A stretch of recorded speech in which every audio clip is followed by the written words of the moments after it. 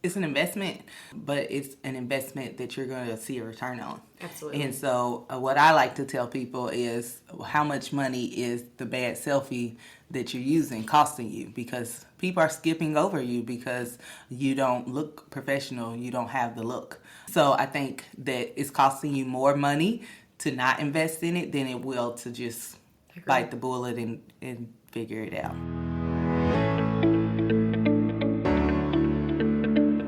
Hey, I'm Stephanie Fager, and Empower is my middle name.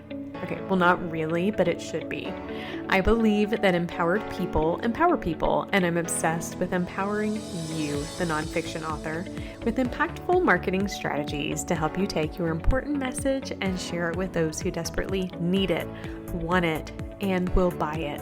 As the owner and chief strategist of the Empower PR Group and the author of 2 books myself, I have merged my love for reading books and writing books and marketing books to help nonfiction authors like you with laser-focused strategies and tactics to write books that sell, promote books to those who need and want them most, and build meaningful businesses from empowering messages.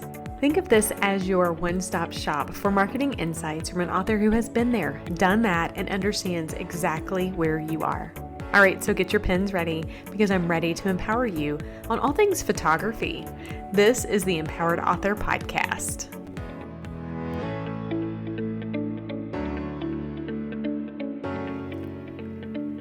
Our world has become an extremely visual one that makes us a bit more social per se, and now more than ever, photos aren't just important, they matter. From selfies to live photos to headshots and lifestyle branding, photography is a way that we tell stories. And for you, my author friend out there, I want to make sure you have what you need to tell your visual story in a way that complements your written one. This season of the Empowered Author Podcast focuses the lens on photography insights on everything you need to accompany your author branding efforts. Come on, we have a whole lot to talk about. Let's dive in.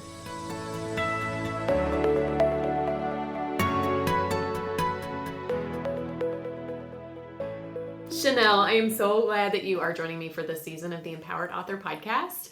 We've already had so much fun talking about photography. I always have fun in these deep dive, 6-episode seasons, because most people don't realize there's so much to talk about on a topic that is so relevant to them. Photography, I love photography anyways. Just sitting down with you and getting into your brain and seeing how you think through it is so fun. Thank you. What you do is something so many people need to know. And when you think about writing a book and becoming an author and kind of going into that place in your life, most people aren't thinking about other things you need a budget for. Marketing is one of those. And I don't believe you have to throw thousands and thousands of dollars towards something, but I do believe if you're very methodical, you can do the right things that will give you the right leveraged opportunities. And photography is one of them. It's an investment, but it's an investment that you're going to see a return on. Absolutely. And so what I like to tell people is how much money is the bad selfie that you're using costing you, because people are skipping over you because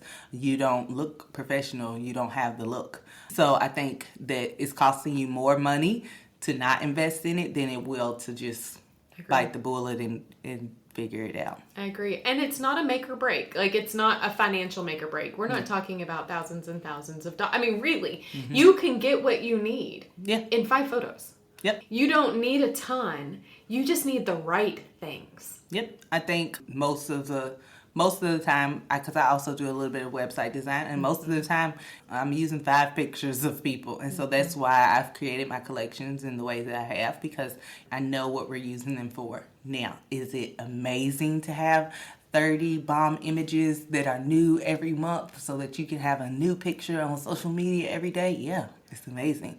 But it's not necessary. There's ways that you can reuse one photo over and over again, and it doesn't become annoying or look like I used the same photo over and over again. I think it's very important to refresh your look. I preach every year you need a new photo session. You have to.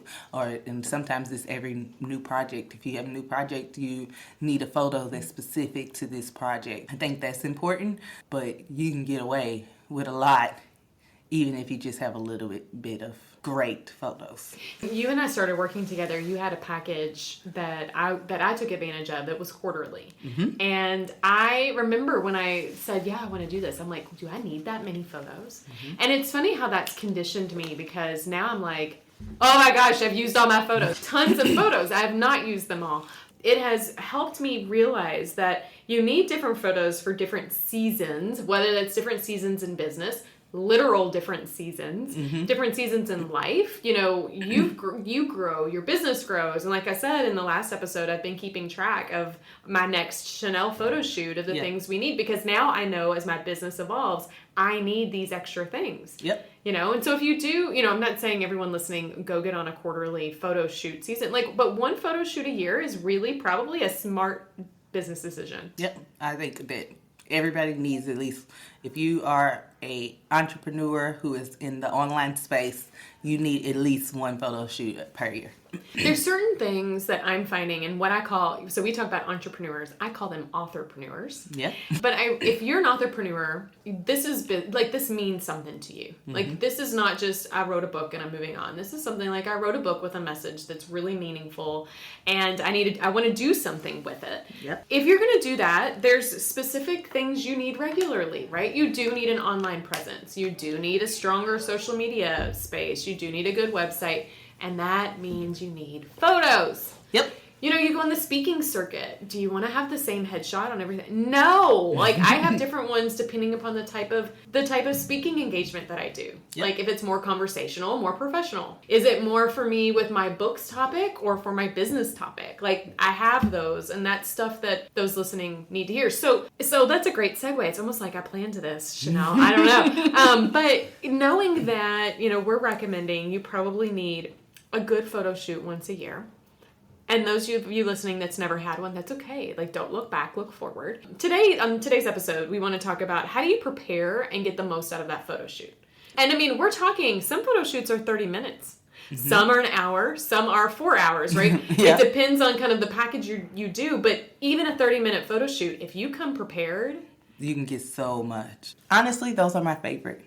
Because we don't have a lot of time to get nervous and think about it. So as soon as you get in there, we figure out, okay, this is our game plan. We get relaxed, and then it's like boom, boom, boom, boom, boom. And then you're like, oh my God, I'm done already? That's it? That's it. And then you still get so much out of it. So those are some of my favorite ones. Now, there's benefits in having a longer photo shoot. That means we get to change clothes, we get to change locations, we get to do more things.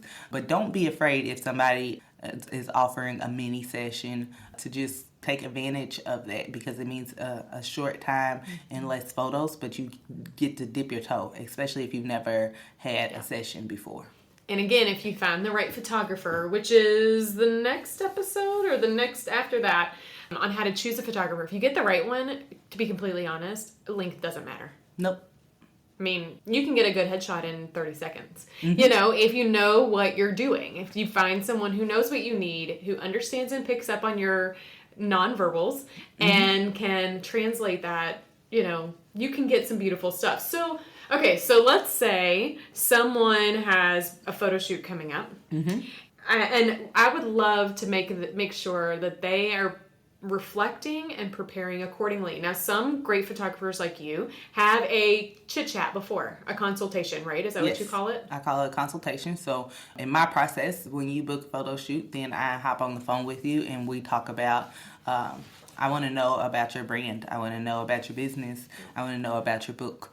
So we talk about those kind of things, because just the way that you tell me about your story helps me figure out how I'm going to tell your story. I'm thinking of somebody was, one of your authors had something to do with weight loss. Immediately it popped in my head, oh, she needs to bring some blueberries to this photo shoot. One of her brand colors were blue, and I think the book was just about healthy eating and healthy lifestyle. And I was like, blueberries, like bring them. And so there's a key shot from that photo shoot that included her book cover and her blueberries. But having that consultation, she didn't think about the blueberries, but because we talked about what her story was about, then my brain starts doing the click, click, click, click, click thing, and I'm thinking of props. I'm thinking of shots and locations and different things that we can use to tell the story that you're telling me. So I'm a visual thinker. So I'm audio too, because I like to listen to the audio books. So I'm listening to you, but as I'm listening to what you're telling me, I'm pushing it out in images in my head already. So I like to do a consultation. I also like to provide a little checklist. I'm going to give you this checklist because some people just need to mark things off the list. And so it has some ideas about what you should bring, what you shouldn't bring, what you should wear, what you shouldn't wear. And so it helps you when you're at home scrambling, trying to figure out. Chanel's just an awesome human anyways, but she's super awesome because she shared that checklist and she's letting us share that with you. Yes. So you will be able to get access to Chanel's beautiful thinking and be prepared when you have a photo shoot, whether it's with her or with somebody else, to be thinking through those things. Because there is a lot to think about. Like, I even thought about that today on the way here. I'm like, okay, we're doing this in the studio. What do I need to bring? What do I need to think? Da, da, da. And inevitably, I've left something. You don't know it because it's for a meeting later. But it's like, of course I left something. So if somebody who does this for a living can give you something to think about, then it takes out that worry and you can make sure that you're getting the most bang for your buck. Yep, absolutely. And that photo that you're talking about with the blueberries was my favorite photo of that whole photo shoot. See? Telling you. And it's all over her website. And it's just stunning. And again, it tells a story of healthy eating. Yep. Without anything that goes with that. So you mentioned the prepared sheet, the kind of onboarding tool that you provide. Yep. Girl, that's like 18 pages of good stuff. Good though, because you have a consultation. So that's wonderful because you can ask some of those questions about branding that a lot of authors and people in general just don't think about. I mean, a lot of authors think branding, they think of their book's brand. Yeah. This is different. Like, your book can be indicative of what your brand is. They can be connected.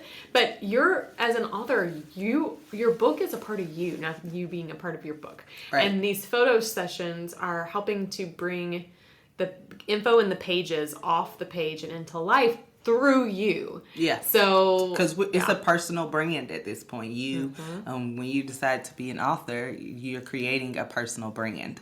And so people want to know who is the person, who is the magical genius who wrote this story. And they love the story. Now they want to love you. We have to show them who the authentic you is. Yes. And we can do that if we prepare properly for the photo shoot.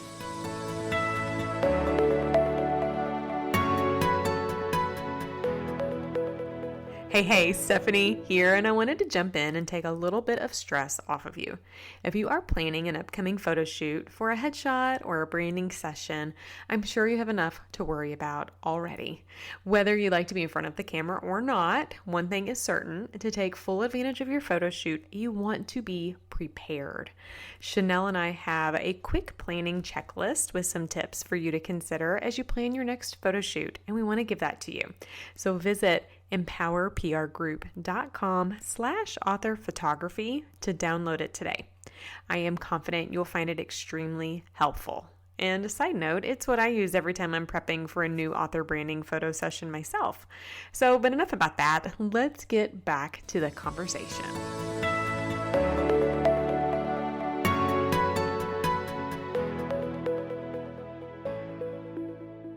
Those of you all who listen to the podcast know two of my favorite authors, Mitch Albom and Jodi Picoult. If you don't know them, Chanel, we need to add them to your reading list, Audible. But I remember the first time that I went on social to find them to see what they looked like, and they didn't look like what I expected. And I was like, oh, and it wasn't good, bad, or indifferent, but it was just like, oh. And then it reshaped my thoughts on them. And not in a good, bad, and again, it's just different. It gives you that picture. It does. It's like when you take a book and then they turn it into a movie. Yes. And you read the book first. You're exactly right. You create this persona and then it needs to be brought to life.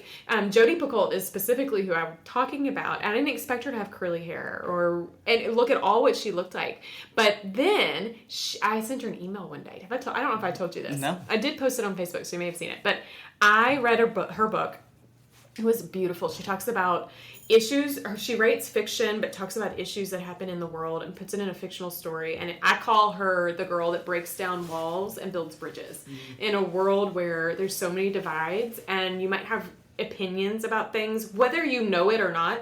She takes something that could be extremely controversial. She talks about it in a way that your defenses are down. It's a book. You're not like having a heated conversation with someone. And then it allows you to reflect on things in a different way. And I read a book of hers. I bought the book because the cover was gorgeous. I had no idea that the topic was going to be what it was, or I probably wouldn't have picked it up just because it makes me uncomfortable. Yeah. And I ended reading that book with a whole different understanding and perspective. I still feel the way I feel about this particular topic, but I'm more open-minded and less judgmental. I didn't even know I was judgmental, right? Like, we all carry judgment. We don't know it. I didn't even know that. But this book broke that. So I emailed her to help her, just to say, you know, I don't email authors. But so in addition to seeing what Jody looked like, the fact that she emailed me, and I was like, ooh, I like you even more. So it's just interesting, the more that we can humanize you as an author with who you are and what you are, like, your non-negotiables. Like, who am I? Don't be apologetic of that person. People will love you or they won't. And that's okay, because y'all, there's 7 billion people in the world, I believe. And if 1% of that 1% like, love, trust you, believe in you, want to invest in you, buy your book, that's more people than you have the capacity to manage. The world everybody don't have to love you. And they won't. And they won't. But be you and be unapologetically you. And photography can help do that. So let's talk through some of that. Let's talk about, you know, branding specifically. And then I want to go into some specifics around how you can articulate that. But season 2 of the Empowered Author podcast is all things author branding. If you have never had somebody sit down and help you build your author brand, you really should. It is another thing in your business that to me is a non-negotiable. I mean, if people come to me and say, I need a website, my first thing is show me your brand. I need to articulate that. And if they don't have one, I'm like, this is a very low cost investment that has a high ROI. It, you know, you all the way from, and when we say brand, we're not just talking about a logo, like the vibe, the feel of what you're trying to get across. How does that articulate it in font selection and color choice? How is that articulated? Do you have icons and things that share your message? And how does that all come together in this brand? And photography is a part of that. I think the biggest part that we use for photography is the colors. Well, that's not true. We first start with the vibe. So it's like, you know, are you cool and laid back? Are you super professional and polished? Are you modern and luxurious? Like, I need to know those things, because if you're modern and luxurious, we're not going to the local coffee shop that, you know, uses brown paper cups. We're not doing that, because that's not modern and luxurious. Maybe if you were cool and chill, then let's go to the coffee shop and hang out and show that, you know, or, you know, those kind of things. It makes a difference. So we first start with the vibe. What vibe are you trying to give? And, you know, for me, it's cool, badass, funky, fun, vibrant, you know. What would you say my vibe is? Ooh, I would say, I think Stephanie is fun and exciting, and then there's some of that down-to-earth, natural, nature vibes going there too. So I think Stephanie has a lot of different business sections, and so I think you are all of those things, and what we decide to focus on depends on which brand we are prioritizing for that photo shoot. So once you understand your vibe, then you start to think, and we can share it with the photographer. And we start to kind of come up with some things. You know, you mentioned colors. Let's talk about that for a minute. Are there some colors you think everybody should have in their photos? Like, should everyone have like the black pants? No, absolutely not. The blue jeans? No. I think colors are unique to your brand and your vibe. I don't think there's not one color that I would recommend for anybody to use in their brand. So I always ask, what are your brand colors? That helps us pick location. That helps us figure out what to wear. That helps us, if we're going to do a headshot on a paper solid background and the color is a nice neutral brown. Like, the neutral browns look great on the back of headshots, so I need to know that. But if you got a funky, bright canary yellow, then maybe we don't want that as the backdrop color. But you could paint your fingernails that color, or get some earrings that are that color, or maybe we have a piece of furniture that we can use that is that color. So there are all kinds of ways to incorporate the brand colors in it that don't necessarily say, I have to wear this color. Well, I was going to say that. So, like, navy is one of my brand colors. I do not own anything navy because Court, my husband, tells me navy is weird because you either have to wear navy shoes, you can't wear brown or black. And I'm like, I don't like brown shoes. I like black shoes. So I don't even go down the navy path because I'll get yelled at by him, right? But when I look at my photos that we've done, we found ways to incorporate that where it wasn't overwhelming. It still shared the vibe, the energy, and the palette without me feeling like I had to wear... You don't have to wear the color. So you can let that be a guide for you. But you also don't have, what you're wearing doesn't have to be the exact hex code color in the palette. Like if your color is... What's one of mine? Like there's a pink is one of the colors for my book brand. Well, I don't have to have baby pink because I don't like baby pink. I picked a magenta or, or even a purple or a complementary color that makes me pop against the other things. So these are things to chew on as well. Pink is one of my brand colors. And and yours is bold. It's a bright pink. And I found a lipstick that is that bright color pink. And I love that lipstick. Awesome. It's a Fenty lipstick. And I just love that color. And so, I might have on black and white, which has nothing, those are not a part of my brand colors, but you best believe I'm having that bright pink lipstick. And so that, it gives it a different vibe, but that's the more professional side when I'm wearing the black and white, but the pink says Chanel's still fun and vibrant and bright. Yellow is one of my brand colors. So, this particular yellow color that is in my brand happens to be a popular fashion color right now. So it's easy. My whole closet is easily filled with those yellow clothes. It looks good on my skin tone and it's readily available, but that's not always the case for everybody. So you don't have to get stuck on, do I have to wear my brand colors? No. Fingernail polish, flowers, books, book covers, pillows, blankets. Like there are so many ways to just pull in that little touch of color. And what that does is it creates consistency with your brand. So when we have those colors in our photos, then when we go and put that on the website or put that on the social media, it's cohesive and it coordinates. It doesn't necessarily have to match, but it coordinates with everything else that we have going on. Yeah, every time before a photo shoot, for me or for another author that I go to, I get my bag and I go around my house. And I'm like, what are things in my brand colors? Or their brand colors? Because I figure, well, you might need in the back of a photo a stack of books and a vase with some flowers. You didn't even know that would really tie it in, but if I have some, we can consider it. Or that's why I call Stephanie the bag lady. I know it. And for those of y'all who haven't met me, I'm 5'2" little pipsqueak. So I come in with all these bags and I'm half falling over. But I am glad that we're on the first floor now in your studio. Yes. So we don't have to carry all those because I usually come with heels on as well. Yeah. So, but that's true. I mean, your brand colors can be leveraged in so many ways. I don't normally wear nail polish, but when I'm doing a photo shoot for my book, there's a magenta pink nail polish I have. I use it because you're taking close shots with me in my book. Well, I want that to be seen. So be thinking about your color and how that can connect with your brand. However, so just, wrapping up on the clothing topic too, I find solids. Please don't do crazy prints. Yeah.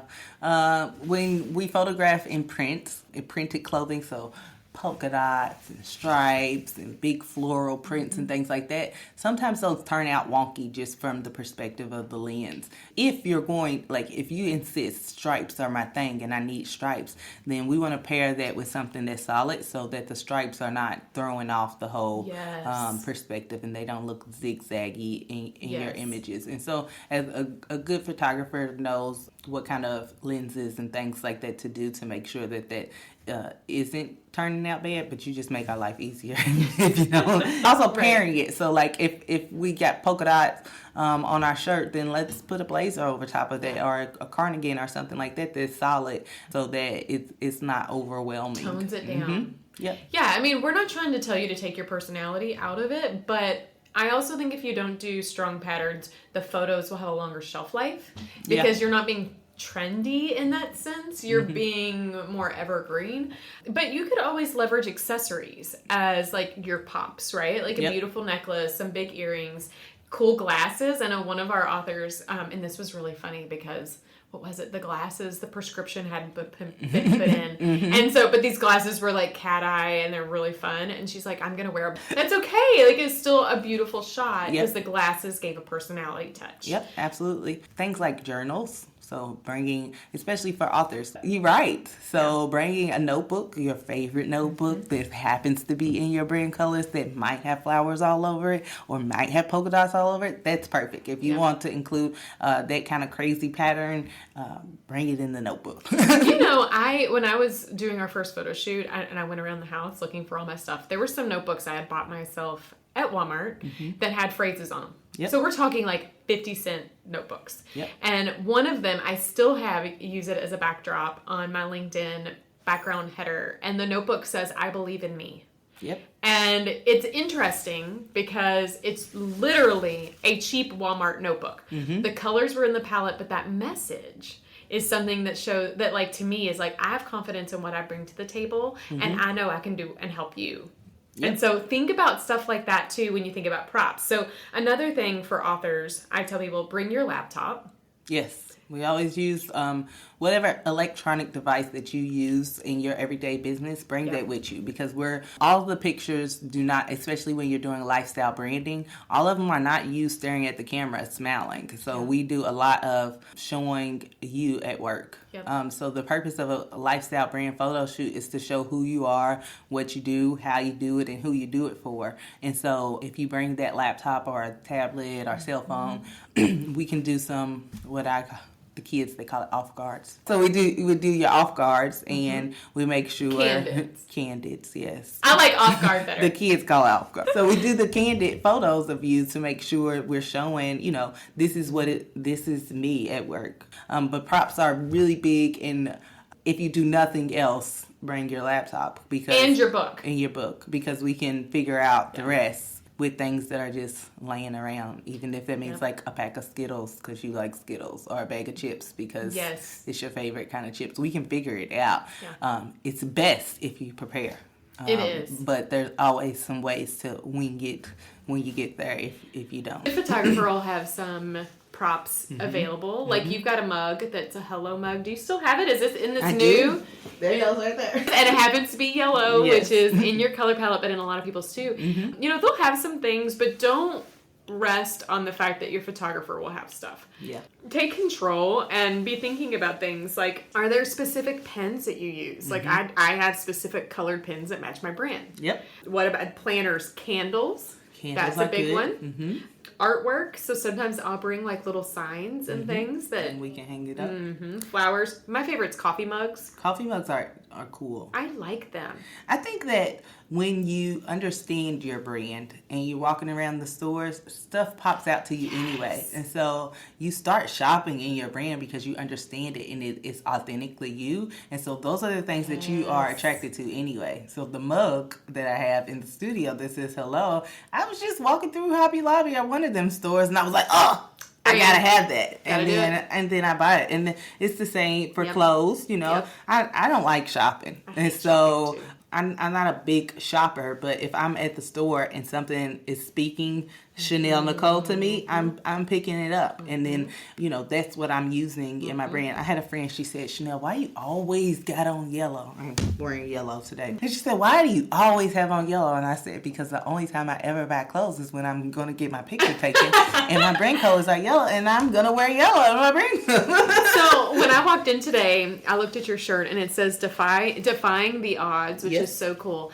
and it made me think for our next shoot, I have to get a shirt that says empowered people, empower people. Yes. I use that as a closing for the podcast, but it is in essence, everything I do. So I've been thinking, when I saw that, I was like, oh, and I need it in my color. Like, let's do navy with these beautiful white words or something. Something, yep. Yeah, but it starts to talk to you. The more comfortable you get in your brand and become unapologetic on who you are, what you stand for, and who you reach, then, like, yeah, you walk through Target and you're going to see the stuff. Yep, absolutely. It's going to pop out. But I did want to say, like, I'm going to say it again. If you get nothing from this episode, it's this. If you don't bring your books to the photo shoot, we've got a problem. But a lot of authors forget. Yeah. Bring not just one book, stacks of them. Copies, yeah, several copies. Yes, because, you know, in our digital world, it's really easy for us to do a digital mock-up, which is a digital file of your book. It is not a real book stack. Yep. But there is a difference when you see that real book stack. If you all go to stephaniefeger.com, shameless plug here,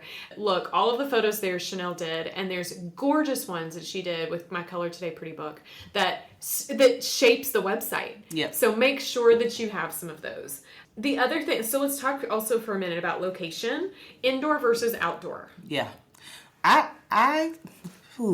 Or on location and studio. That's two different things. So, here, Louisville, Clarksville, Indiana, Louisville, Kentucky, I have a studio. And so my studio was specifically created with brand photography in mind. So if you have no idea where to go, I'm telling you to come here. Yep. I love this space. And it's so versatile for every brand. I call it a blank slate. Yep. And if you follow the directions and the checklist and you bring all your props and things, then we're going to turn it into a Pinterest-worthy office. I don't like to go to people's homes, to their home office, because you actually work in there. So it looks like you work in there, and it's chaotic and messy. Yeah. And then lighting makes a big difference, too. So the studio is designed with that bright natural light, or it has the strobes in here so we can do those if we need to. So it gives a different vibe. It's clean, it's neat, it's modern, and then we add the crazy to it instead of trying to take all the crazy away and create something that it looks polished. So I absolutely love doing the studio. Here at this new studio, we have lots of variety. Oh, so cool. Yes, we have lots of options just around the whole building, not just in the studio suite that we can utilize to tell stories. So we got a kitchen area, we have a big lobby area, several conference rooms. Even outside, like it's such a modern studio location. So it's lots of options. So my go-to is to do in the studio. But if that's not an option, then we think about on-location options that work well with your brand and your story and your message. And so sometimes it might be your local coffee shop. When you're thinking about on-location, though, you always want to ask permission because sometimes they don't want us in there. But if you patronize this location typically and, you know, you ask permission before you go in there, then they usually say yes. You know, it's good publicity for them too. Yes. So a local coffee shop is a great idea. I've been to hotels before that have looked really pretty. We've rented Airbnbs before because, you know, they were doing like kitchen stuff. It was kitchen related and they wanted a really pretty kitchen that wasn't their own that they didn't have to clean up.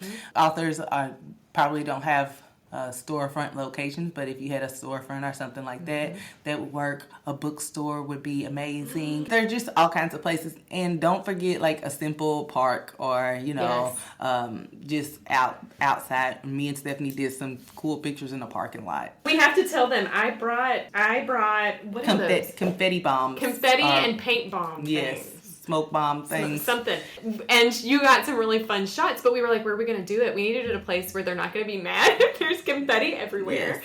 And it was this beautiful brick wall. Anybody else would have gone, really? This is where we did it. And it was so fun. And I think the more places where we can find solid color, you want to be the focus of the photos. Yeah. You don't want the background or the location to overpower you because still it's all about you. The minimalist in me says a clean background is always the way to go. Yeah. And that's probably why I prefer the studio over everything else. But you can definitely make it work on location. Absolutely. I mean, if you put a chair in your car and plop it down in front of a brick wall on any building, we could do amazing things with that in 30 minutes.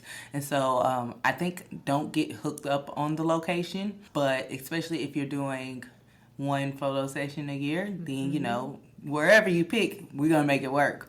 I think a location varies when we start doing those quarterly photo shoots and we start doing them more, because you don't want all the images to look the same. And an easy way to make a change is to make a change in location. Yeah. But I think keeping the location simple, keeping it in the brand vibe is important. So like I said, if you're modern and luxury, but you are standing in front of a barn, they don't go together. Well, and that would confuse the people that are looking at them. Yep. You don't, that's one thing. You want to be really clear in that split 5 seconds you get, you don't confuse them. A confused mind says no. So if you do not make it clear what it is that you do and who you do it for, then they're going to push the X and they're not buying your book, they're not reading your book, they're not following you, or whatever you're asking them to do. You're exactly right. You said something else, and I think this is a beautiful, like, last topic to bring in this prepared discussion, and that is, it's about you.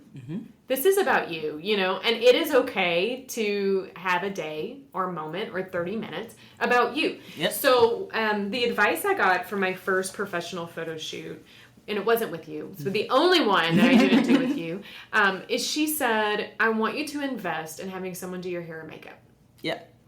And I don't do that with you anymore now, because I know, well, I mean, that's not something I do anymore. But that first one, I needed it. Yeah. And I did. And I had someone do my makeup and hair, and it changed how I felt coming to the table. And I know you actually, and this is also good to know for authors out there, finding a good photographer will likely have connections with people. I know you have an amazing gal who does makeup. Yes. And probably amazing people that do hair too. And so, you know, come to the table and position yourself in a way where you feel like you're pampered. It's going to change your confidence level, and that's going to show in your photos. Yeah. Alicia is our in-house esthetician, and so she's an amazing makeup artist, and I love her. She's so good. And she does a lot of, because we get a lot of clients who say, I don't wear makeup, which is fine. But having that polished, finished look, so she does a lot of natural makeup but no makeup look. Yes. And it just makes the photos so much Well, better. because you have to, whether you wear makeup or not, you have to do something on a photo. So I did theater growing up, and I knew, like, when I was on the stage, my makeup had to be like 5 times more intense than it was without. And same thing on photos. Like, you need to make sure you don't have the shine, or that you have a little contouring, because it will help. I mean, all of these things help you feel like you're your best you. Even if you don't wear makeup. Yep, absolutely. And so it's not a lot of makeup. It's just a little bit. And it makes my job easier. If you got a pimple on your nose, I'm going to get rid of it for you. But it just helps to have that brightness, that clear, even brightness that makeup creates. And then, like you said, it makes you feel good. And so somebody walking in who sits in her makeup chair, that's already a boost of confidence. And then you come in here and I hype you up and we like, yes, girl, yes. She's wonderful. It's just proof that, you know, I had somebody tell me the other day, Stephanie, you only surround yourself with awesome people. And I have decided in my entrepreneurial world, that is all I'm doing. Yep. So I don't work with people unless they're awesome. I love them. I believe in them. And they have like this giving part of who they are, and they're willing to share their gift with other people in beautiful ways. You do that too. And so in your, you know, when first time I met, it's Alicia, right? Yep. When's first time I met her, I was like, I love her already. She's just so calming. And I saw the transformation she did for my friend and client that came in, and she's done a couple clients of mine now with you. And every time I'm like, are you kidding?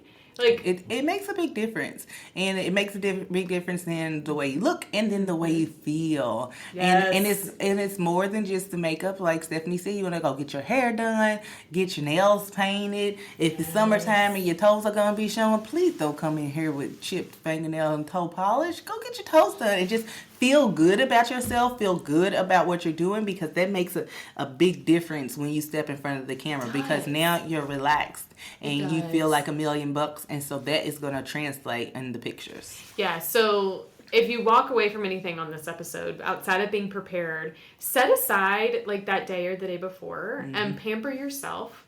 And don't feel bad about it. Like, go get that coffee. If it calms you. Afterwards, treat yourself to lunch. Like, you know, have someone do your hair and makeup, or have Chanel leverage her people to do it. You know, go buy a new outfit. I did that. That's my favorite. I go buy a new outfit. That's what I do. Yeah, I'm going to just, and you know, just because. Like, just do some of these things. You're going to feel better. It makes you feel so good. And then, I do want to say, don't do anything crazy. Don't go get a haircut the day before. That's true. Don't decide I'm going to get bangs or I'm going to go from brunette to blonde. Don't do that right before your photo No mermaid shoot. hair. Unless that's already who you are. Don't, right. If you're going to get a haircut and those kind of maintenance things, do, a couple weeks, a few weeks before so you get used to it and you love it, you know how to style it, those kind of things. So don't do anything crazy before the photo shoot, but definitely anything that's going to make you feel more confident and more relaxed, and do that. Yeah, I like that. I like that a lot. Oh, Chanel, thank you. Thank you. Oh my gosh. Like, every time we do these episodes, I'm like, I know we're going to get in, but I don't know how deep. This episode, like, you can probably share it with all your clients in the future because it's going to tell them everything they need to be prepared. We are going to dive into much more. Believe it or not, you all might think that we've gone as deep as we can. No. There's still so much to talk about in the photography world. Thanks for joining this episode, and I look forward to our future ones. All right.